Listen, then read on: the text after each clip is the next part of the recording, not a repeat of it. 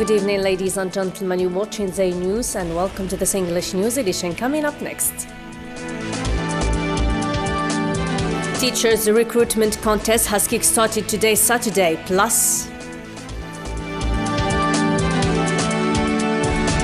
the UN Security Council approves a resolution to extend the UN peacekeeping mission MINURSO in the occupied Western Sahara for another year.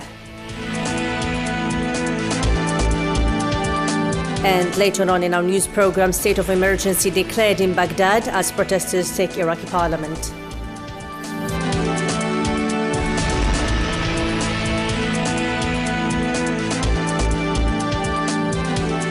Hello there again and thanks for joining us. First in our top stories, teachers' recruitment contest has kick-started today, Saturday. The contest was launched in a good atmosphere similar to baccalaureate exams. Zay News cameras were present in the early hours in the exam centres across a number of national provinces. Hence, MINURSO for more details. Following the controversy that preceded teachers' recruitment contest, approximately 1 million candidates have sat for the written exam this morning amid strict measures in an attempt from the ministry to ensure the smooth running of the exams. It's my first time participating. I'm going to do my best. Giving credibility to this contest is what we're keen on doing, starting from delivering papers to Education Directorate and from there to exam centers under authority supervision till the correction process is done in different provinces.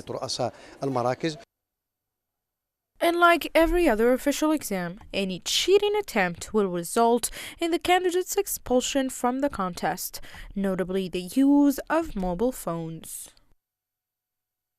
We've tightened security measures. Candidates are asked to deposit their belongings at the entrance of the center. Some educational institutions are said to have witnessed some protests due to some candidates' delay for the exam set to start at 8 a.m., where many of latecomers have been denied entry. The exams debut at 7 a.m. and no delay is allowed. All candidates and authorities should be on time. Ben Ghabrit, who has succeeded to convince all parties, contractual teachers in particular, to subscribe for the contest, vows to guarantee the exam's transparency amidst education unions' boycott for the contest supervision for unknown reason. Foreign currency exchange rate market in Algeria has always been a dodgy file in Algeria. From citizens to businessmen, they all denounced this mayhem and called for strict governmental regulations, especially in light of the depreciation of the national currency by more than 90% in 1 year. Lamia Ashush.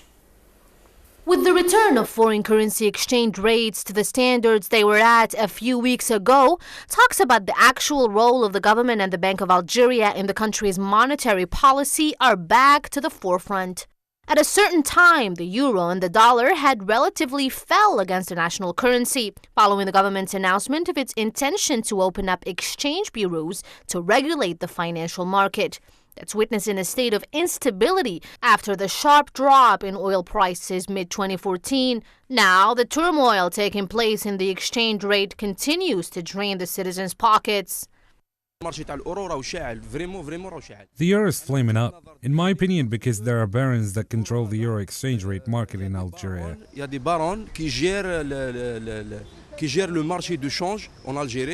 Everywhere in the world there are currency exchange bureaus, but it's just unjust. You go to the bank and the maximum they can exchange is 130 euros. The dissatisfaction with how those responsible of the country's monetary policy are dealing with this plague affecting national economy does not only concern Algeria's average Joes. The rise in the loss margin and its effects on the profitability of national enterprises united business leaders to critique the role played by the authorities to solve this economic dilemma. The regulatory framework exists since decades. It just must quickly be put in place. It allows for the exchange market regulation. It is abnormal that a country like Algeria only has 6 licensed currency exchange bureaus, as I heard. Meanwhile, in neighboring countries, there are thousands.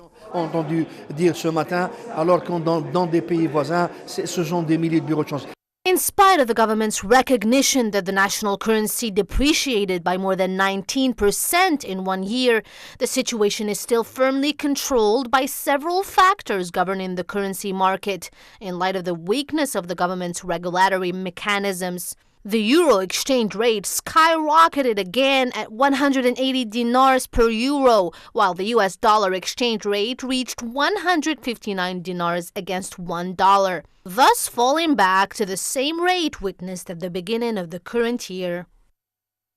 UN Special Rapporteur on the Right to Health, Denius Peras, said today, Saturday, in Algiers that Algeria has made lots of achievements in the health sector, including the healthcare. Let's have a listen to what he said. My mandate is right to health. Mon mandat concerne le droit à la santé. There are many achievements in Il y a Algeria. beaucoup de réalisations en Algérie. So that, for example, Par exemple, Algerians have free access to les health care. citoyens algériens ont un accès gratuit à la santé. But my role was also to raise mon rôle issues and to ask questions. Consiste également à évoquer des questions, à poser des interrogations about some challenges sur certains des défis. Some groups of population lorsque certaines catégories de la population may face discrimination. Font face à une discrimination.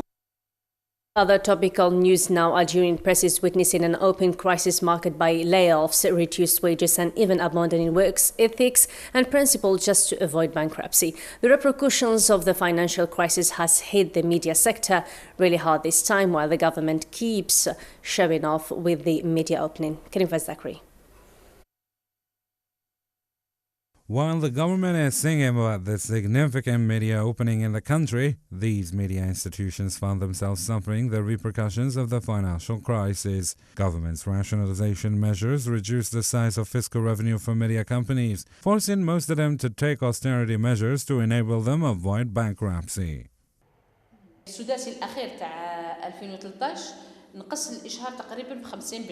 During the last semester of 2016, advertisement reduced down to 50%. We tried our best to have permanent employment. However, after we had 130 direct and indirect employment positions, now we have only 40.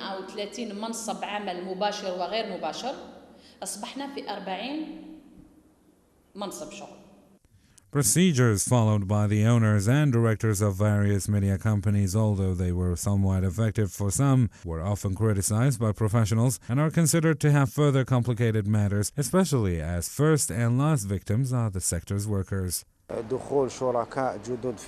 new partners in some important channels in Algeria is a serious matter laid at the level of Communication Ministry. This happens, of course, amid the absence of the relevant laws related to press. I believe the situation is very complicated and we cannot just resolve it with a mere decision. This should be studied thoroughly. The remainder of traditional media outlets are suffering the consequences of the financial crisis. Mohammed, who runs an electronic newspaper, believes that media equation began to change gradually. The widespread of information and communications technology has changed, according to him, the behavior of readers and even advertisers. There's a big percentage of new technology users, which reaches about 16 million users of third-generation phones. In addition, many advertisers have shifted to this new form of advertisement through electronic press. There's also a survey which says that advertisement will be 100% electronic websites by the year of 2020. The instability and anticipation case, which is now prevailing in the Algerian media landscape, has put dozens of journalists and technicians in open unemployment, increasing the burden on the government, which is required now more than ever to reorganize the media house.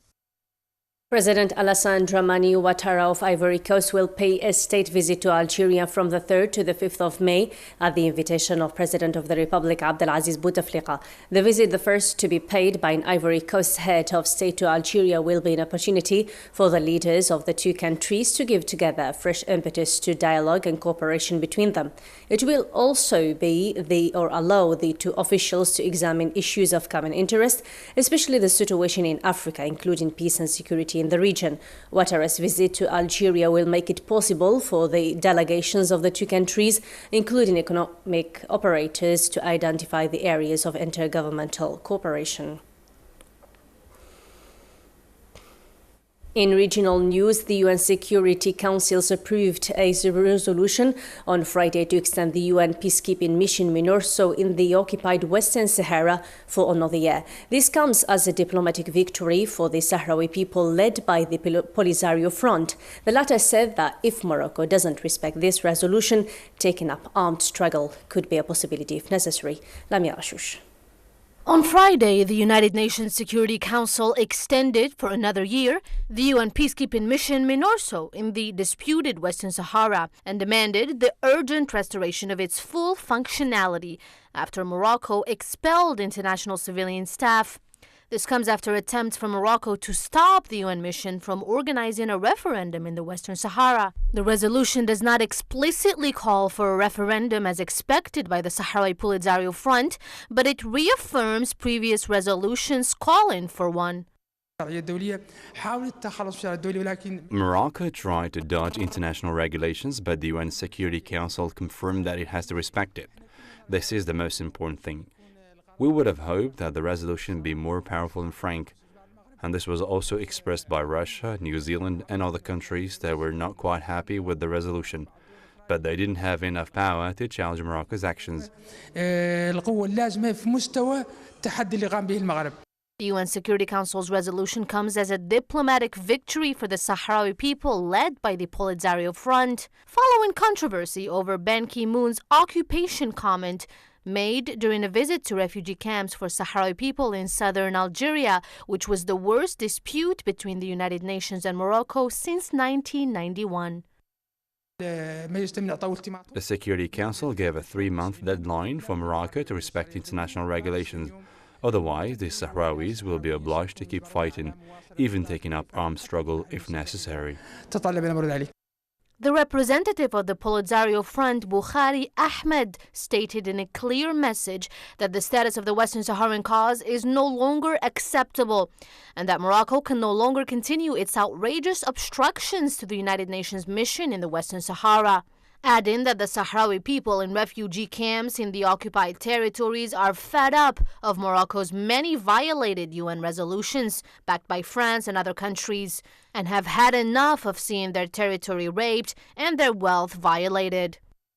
Two more world developments. A state of emergency was declared in the Iraqi capital today, Saturday, as protesters stormed Iraqi's parliament after bursting into Baghdad's fortified green zone, where other key buildings, including the U.S. Embassy, are located, in a dramatic escalation of the country's political crisis. Live footage on Iraqi television showed swarms of protesters who have been demanding government reform inside the parliament building, waving flags, chanting and breaking chairs.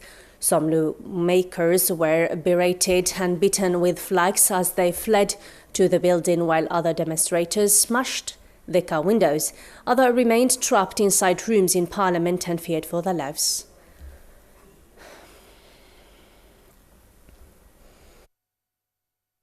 The Syrian army says it is observing a partial and temporary truce with rebels known as a regime of calm, apart from in the divided city of Aleppo. The truce announced by Syrian forces became operational in 2 areas an hour after midnight local time on Friday. A statement said it would last for 24 hours in Damascus and the eastern Ghouta region outside the capital. Further, airstrikes have been carried out on parts of Aleppo, a key battleground in the Syrian civil war. Strikes hit rebel-held districts for a 9th day, while at least 3 areas reported to have been targeted, causing a known number of casualties. The truce is due to last 72 hours in the northern countryside of Latakia province.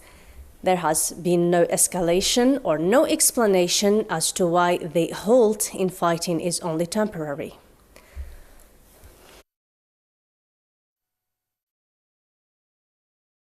To some sports news, USM Algiers have just been crowned champions of the Algerian Premier League following their impressive 3-0 win over SM Oran as part of the 27th fixture of the Mobilis Premier League. Ladies and gentlemen, do stay tuned to their News TV for more insights on the matter.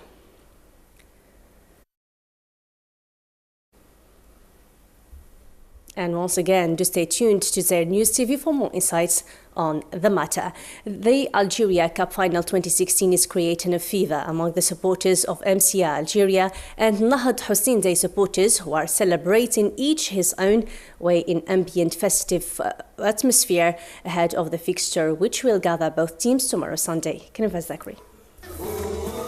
A festive atmosphere prevails in Nasriya neighborhood in the town of Hussein Day, Algiers. The streets are all decorated with red and yellow. People here have nothing to talk about but the final fixture between the team of Nat Hussein Day and MCA Algeria. Hussein Day is always festive like this, be it with or without football team. Now it just got more and more festive. Congratulations for our team and we hope they win. Most of Hussein Day's streets got crowded by vendors selling the team's t-shirts, shawls and flags. This represents a great opportunity for traders to make some profit, providing supporters who are going to attend the football match in the 5th of July stadium. It's an occasion for us to work. We sell home hats, t-shirts, flags with the team's colors. We have prepared ourselves even with some new songs for the team.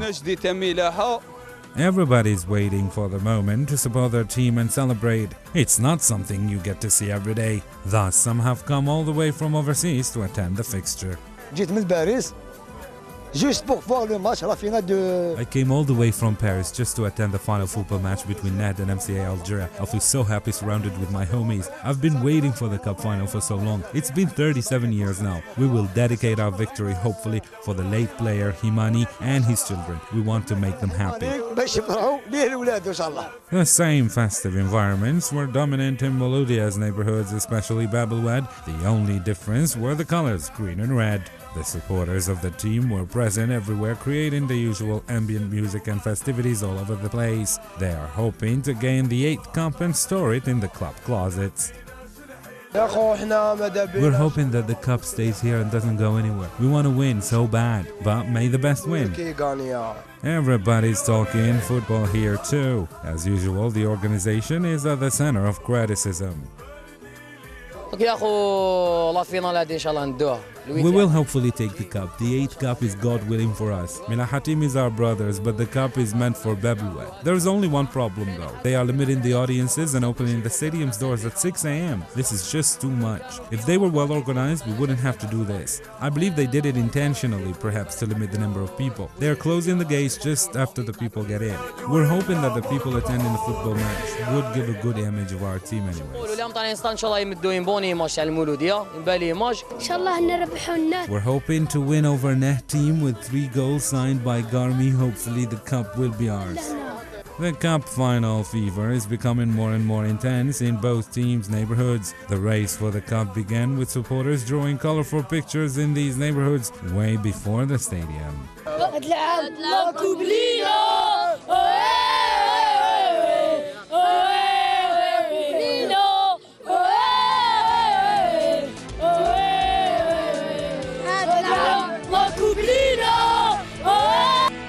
Best of luck to both teams. Unlike this, our English News edition has drawn to a close. For more news, visit our website and other social media networks. Thanks for watching. Bye-bye.